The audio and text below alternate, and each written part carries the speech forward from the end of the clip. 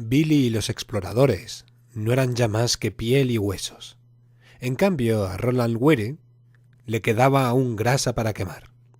Era un verdadero horno ardiente, bajo todo aquel montón de lana, correas y lonas que cargaba.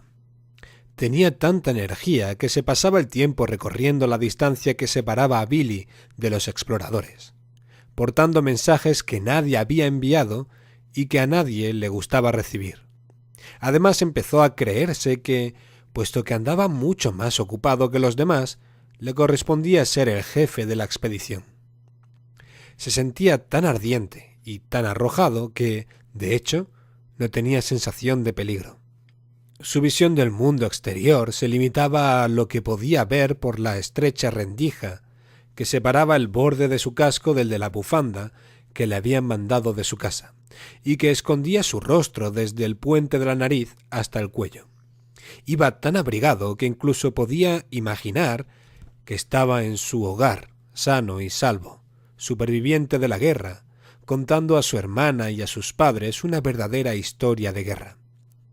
Pero la verdadera historia de la guerra estaba aún por terminar. La versión de Weary de la verdadera historia de la guerra era algo así. Hubo un gran ataque germano y Weary y sus camaradas antitanques lucharon como demonios hasta que todos murieron menos Weary. Eso es. Después, Weary se unió a 2 exploradores e inmediatamente se hicieron muy amigos. Decidieron intentar la vuelta a su propio frente. Tenían que andar deprisa, pues estarían perdidos si los cogían. Se estrecharon las manos y se llamaron a sí mismos los 3 mosqueteros. Pero entonces aquel condenado colegial tan débil que no debería haber ido nunca al ejército les pidió que le dejaran ir con ellos. No tenía siquiera una pistola o un cuchillo, ni tampoco casco ni gorro. Además, no podía andar derecho. Iba meneándose continuamente arriba y abajo, volviendo loco a todo el mundo y abandonando su posición. Era digno de lástima. Los 3 mosqueteros empujaron, cargaron y arrastraron al colegial todo el camino de vuelta a sus líneas, y salvaron su maldito pellejo. Entretanto, en la realidad, Weary volvía sobre sus pasos intentando averiguar qué le había sucedido a Billy. Les había dicho a los exploradores que esperaran mientras él iba a buscar al colegial. En el camino, al pasar por debajo de una rama baja, ésta chocó con su casco emitiendo un clonk que él no oyó. Luego, en algún lugar, un gran perro ladró, pero él tampoco lo oyó. ¿Qué le sucedía? Simplemente que su historia estaba en un momento muy excitante. Veía a un oficial felicitando a los 3 mosqueteros y diciéndoles que les impondrían la medalla de bronce. ¿Puedo hacer algo más por ustedes, muchachos?, preguntaba el oficial.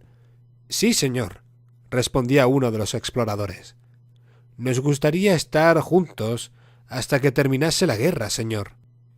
¿Puede usted conseguir alguna forma que nadie separe a los 3 mosqueteros? Billy se había detenido en el bosque. Estaba apoyado contra un árbol con los ojos cerrados, la cabeza echada hacia atrás y las aletas de la nariz dilatadas. Parecía un poeta en el Partenón. Esta fue la primera vez que Billy se alejó del tiempo. Primero su atención empezó a recorrer el arco iris completo de su vida y llegó hasta la muerte, que era una luz violeta. No había nadie ni nada, solo aquella luz violeta y un zumbido. Después Billy volvió a sumergirse en la vida retrocediendo hasta el momento antes de nacer, donde todo era luz roja y sonido de burbujas. Luego regresó nuevamente a la vida y se detuvo. Se vio de jovencito, tomando una ducha en compañía de su peludo padre y en el IMCA de Ilium. Olía el cloro de la piscina que había en la sala contigua y oía el ruido de las palancas del trampolín. El jovencito Billy estaba aterrorizado porque su padre le había dicho que iba a aprender a nadar por el método de hundirse o nadar. Le echaría a las profundidades, le explicaba, y Billy nadaría perfectamente. Aquello sería como una ejecución. Billy se sentía entumecido mientras su padre le llevaba desde las duchas hasta la piscina. Tenía los ojos cerrados. Cuando los abrió, se encontró en el fondo de la piscina, oyendo por todas partes una música maravillosa. Perdió el conocimiento, pero la música continuó. Casi no se dio cuenta de que alguien lo rescataba, y Billy lo lamentó. Desde allí viajó por el tiempo hasta 1965. Tenía 41 años y se dirigía a visitar a su decrépita madre en Pine Knoll, un asilo de ancianos a donde la había llevado el mes anterior. Estaba enferma de pulmonía y no se esperaba que sobreviviera. Sin embargo, todavía vivió muchos años después de aquello. La anciana casi no tenía voz, de manera que Billy tuvo que pegar su oreja derecha a los apergaminados labios para oírla. Evidentemente, tenía algo muy importante que decir. ¿Cómo? Empezó. Y calló. Estaba demasiado cansada. Esperaba no tener que terminar la frase. Confiaba en que Billy lo haría por ella. Pero Billy no tenía ni idea de lo que quería decir. ¿Cómo? ¿Qué, madre?, preguntó. Ella tragó saliva con dificultad e incluso derramó alguna lágrima. Después reunió toda la energía que quedaba en su decrépito cuerpo, incluida la de las puntas de los dedos de los pies, y al fin pudo acumular la suficiente para murmurar la frase completa. ¿Cómo me he vuelto tan vieja? La madre de Billy perdió el conocimiento y una linda enfermera sacó a Billy de la habitación. En el preciso momento en que Billy salía al pasillo pasaron unos sanitarios transportando el cuerpo de un anciano cubierto con una sábana. El hombre, en su tiempo, había sido un famoso corredor de maratón. Por cierto que esto fue antes de que Billy se rompiera la cabeza en el accidente de aviación y antes de que se convirtiera en conferenciante y propagador del tema de los platillos volantes y de los viajes en el tiempo. Billy estaba sentado en una sala de espera. Aún no era viudo. Estaba sentado, como decíamos, en un confortable sillón y notó algo duro debajo del cojín tapizado. Lo sacó y vio que se trataba del libro La ejecución del soldado Slovic, de William Bradford Huey. Era un relato histórico de la muerte, ante un pelotón de ejecución del soldado Eddie D. Slovic, placa 3689-6415. El único soldado americano que hubo de ser fusilado por cobardía desde la guerra civil. Así fue. En aquel libro, Billy leyó la opinión de un abogado que revisó el caso Slovic y que concluía así.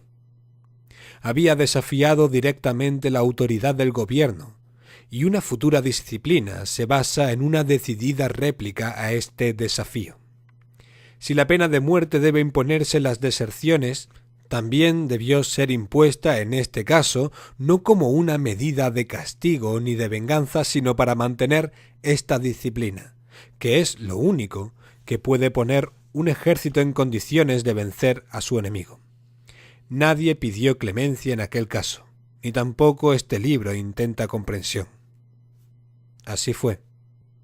Billy parpadeó en 1965 y viajó por el tiempo hasta 1958. Asistía a un banquete en honor de un equipo de la pequeña liga, del cual era miembro su hijo Robert, y el entrenador, que era soltero, estaba hablando. Se le veía profundamente emocionado. «Juro por Dios», decía, «que consideraría un honor ser el chico de los balones para esos muchachos». Billy parpadeó en 1958 y viajó por el tiempo hasta 1961. Era la víspera del Año Nuevo y estaba terriblemente borracho, en una fiesta donde todos eran ópticos y estaban casados con alguien del oficio. Generalmente Billy no bebía mucho porque la guerra había echado a perder su estómago, pero ahora llevaba encima una verdadera melopea y estaba siendo infiel a su esposa Valencia por primera y única vez en su vida. Había conseguido de alguna manera que una mujer le acompañara hasta el lavadero de la casa y ambos se sentaron en la secadora de gas, que funcionaba. La mujer, que también estaba muy bebida, ayudó a Billy a que le quitara la faja. —¿De qué querías hablar? —le preguntó. —Da lo mismo —contestó Billy, y verdaderamente estaba convencido de que aquello no tenía importancia. No podía recordar ni el nombre de la mujer. —¿Por qué te llaman Billy en lugar de William? —Por razones comerciales —contestó Billy. Y era cierto. Su suegro, que había sido el dueño de la escuela de óptica de Ilium y que le había puesto el negocio a Billy, era un genio en este campo. Le dijo a Billy que alentara a la gente a que le llamara Billy, porque ese es un nombre que queda fijado en la memoria, porque eso crearía un halo ligeramente mágico a su alrededor, ya que no podía encontrarse en el oficio ningún otro Billy, y porque, además, hacía que las personas le consideraran amigo suyo inmediatamente. En alguna parte de la casa se produjo una escena terrible. La gente expresaba su disgusto a causa de Billy y la mujer, y de pronto se encontró en el interior de su automóvil, intentando encontrar el volante. Lo principal en aquellos momentos era encontrar el volante y marcharse. Al principio Billy empezó a mover los brazos como si fueran aspas de molino, esperando tener la fortuna de dar con el chisme. Pero cuando vio que el sistema fallaba, decidió ser más metódico, trabajando de tal forma que el volante no pudiera escapársele. Se apoyó contra la dura manecilla de la puerta de su izquierda y exploró el espacio que tenía delante, palmo a palmo. Al comprender que también así había fracasado, comenzó a moverse hacia la derecha y volvió a buscar. Quedó muy sorprendido al ver que había llegado hasta la portezuela del lado derecho sin haber encontrado el volante, y al final llegó a la conclusión de que se lo habían robado. Esto le enfureció, pero seguidamente se quedó dormido. Estaba en el asiento trasero de su coche y esa era la razón de que no hubiera encontrado el volante. Ahora alguien intentaba despertar a Billy, quien todavía se sentía borracho, aparte de enojado por el robo de su volante. Estaba de nuevo en la Segunda Guerra Mundial, detrás de las líneas alemanas, y la persona que le estaba sacudiendo era Roland Wery. Le tenía agarrado por las solapas de la chaqueta y lo golpeaba contra el árbol. Después, de un tirón, le arrastró en la dirección que quería que tomara con su propio esfuerzo. Billy se quedó parado, movió la cabeza y dijo: «¡Marchaos!». «¿Qué?».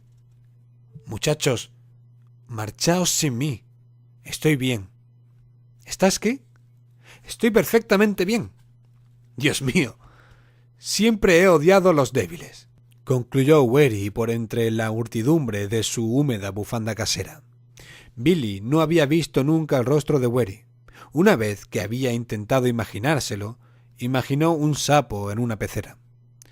Wery arrastró a Billy durante un buen trecho, a base de puntapiés.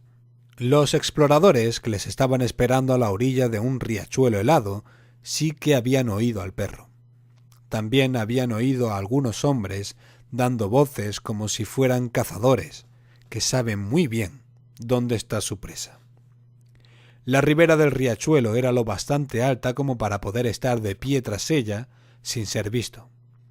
Billy bajó hasta la orilla tambaleándose de una forma ridícula.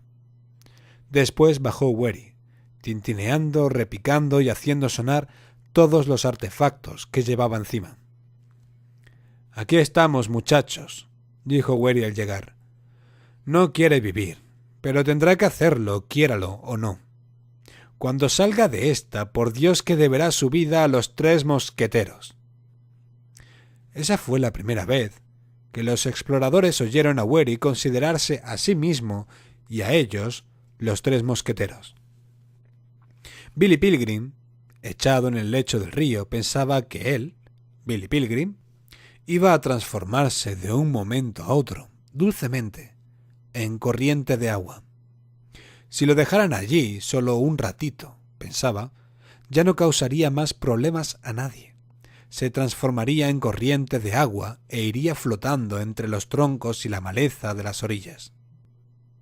En alguna parte el perrazo volvió a ladrar. Con la ayuda del miedo y de los ecos del silencio invernal, el perro parecía sonar tan fuerte como una gran campana de bronce. Roland Wary, de 18 años, se metió entre los exploradores y los agarró por los hombros con sus pesados brazos. «Bien, ¿qué van a hacer ahora los tres mosqueteros?», inquirió. Billy Pilgrim tenía una alucinación maravillosa. Llevaba un traje seco, caliente, con calcetines blancos y estaba patinando por la pista de una sala de baile donde miles de personas le vitoreaban. Esta vez no viajaba en el tiempo. Nunca había sucedido tal cosa ni nunca sucedería. Era ya la locura de un hombre moribundo y que tenía los zapatos llenos de nieve. Uno de los exploradores agachó la cabeza y escupió. El otro hizo lo mismo, y ambos estudiaron los efectos infinitesimales del esputo sobre la nieve y la historia. Eran personas listas y pequeñas.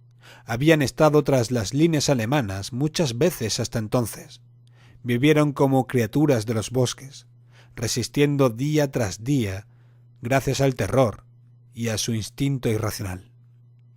Ahora los dos se deshicieron de los amorosos brazos de Wary y le dijeron que él y Billy saldrían ganando si buscaban a alguien a quien rendirse, porque ellos no iban a perder más tiempo aguantándolos. Y dejaron a Wary y a Billy en el lecho del riachuelo. Billy Pilgrim continuaba patinando, haciendo las más variadas piruetas que la mayoría de la gente hubiera considerado imposibles, dando vueltas y más vueltas, deteniéndose para mantener el equilibrio sobre una moneda de 10 centavos, etc. Los vítores continuaban, pero el tono fue perdiendo intensidad a medida que la alucinación daba paso a un viaje por el tiempo. Billy dejó de patinar y se encontró delante de un atril en un restaurante chino de Ilion, Nueva York, a primeras horas de la tarde de un día otoñal del año 1957. Estaba recibiendo una tremenda ovación por parte de los miembros del Club de los Leones. Acababa de ser elegido su presidente y era necesario que dijera unas palabras. Por ello se sentía rígido de espanto, como si se hubiera cometido un horrible error.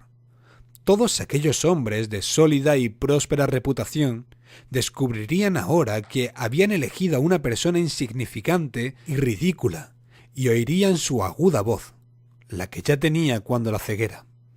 Tragó saliva. Sabía que en lugar de voz tenía un pito que parecía hecho de madera de sauce llorón. Pero lo peor de todo era que no tenía nada que decir. La multitud se calmó. Todos mostraban sus colorados y sonrientes rostros. Entonces Billy abrió la boca y de ella salió un tono de voz profundo y resonante. Su voz se había convertido en un instrumento maravilloso. Para empezar, contó chistes que hicieron desternillarse a todos de risa. Luego se puso serio. Y finalmente contó más chistes hasta terminar con una nota humilde, como debía ser.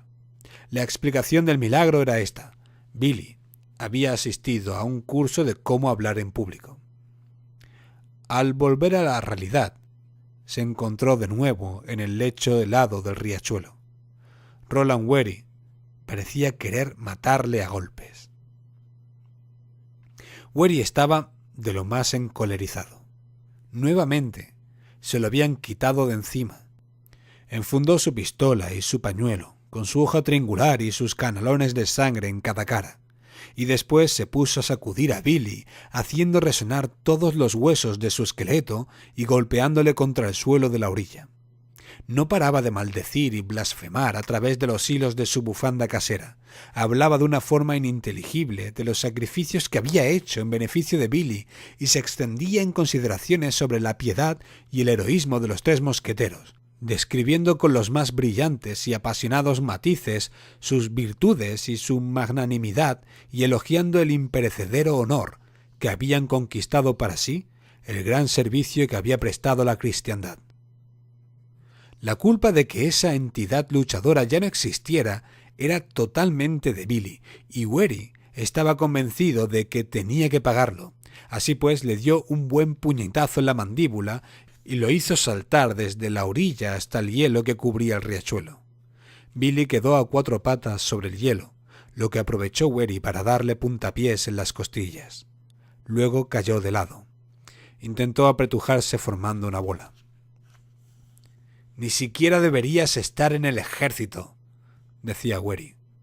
Billy respondió con unos involuntarios sonidos convulsos que parecían carcajadas.